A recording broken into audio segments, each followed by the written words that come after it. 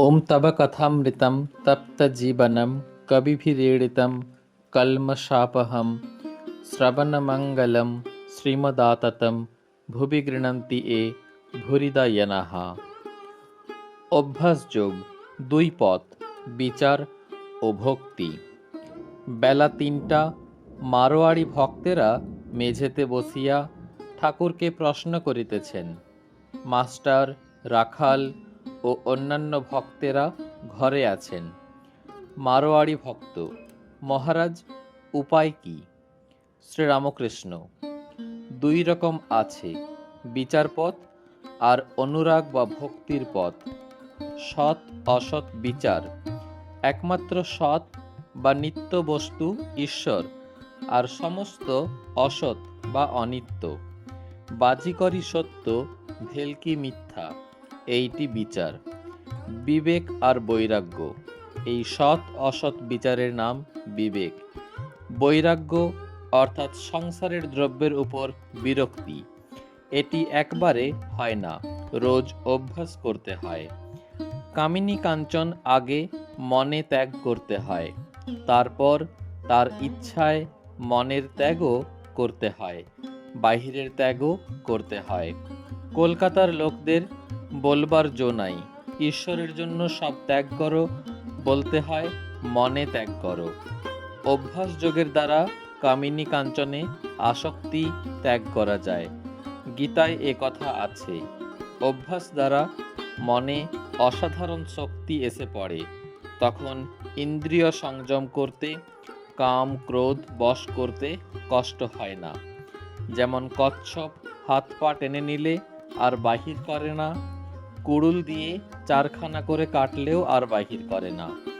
মারোয়াড়ি ভক্ত: মহারাজ, 2 পথ বললেন, আর এক পথ কি? শ্রীরামকৃষ্ণ: অনুরাগের বা ভক্তির পথ। ব্যাকুল হয়ে একবার কাঁদো, নির্জনে গোপনে দেখা দাও বলে। ডাক দেখি মন ডাকার মতো কেমন শ্যামা থাকতে পারে। মারোয়াড়ি ভক্ত: মহারাজ, সাকার পূজার মানে কি, আর নিরাকার নির্গুণ এর মানেই বা কি? শ্রীরামকৃষ্ণ: যেমন বাপের ফটোগ্রাফ দেখলে বাপকে মনে পড়ে, তেমনি প্রতিমায় পূজা করতে করতে সত্যের রূপ উদ্দীপন হয়। সাকার রূপ কীরকম জানো?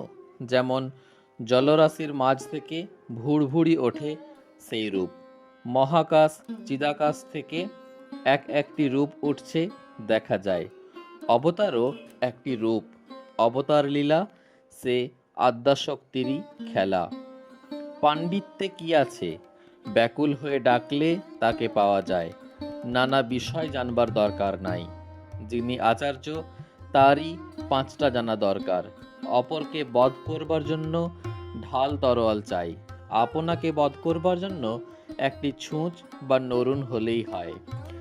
আমি কে এইটি খুঁজতে গেলে তাকেই পাওয়া যায়।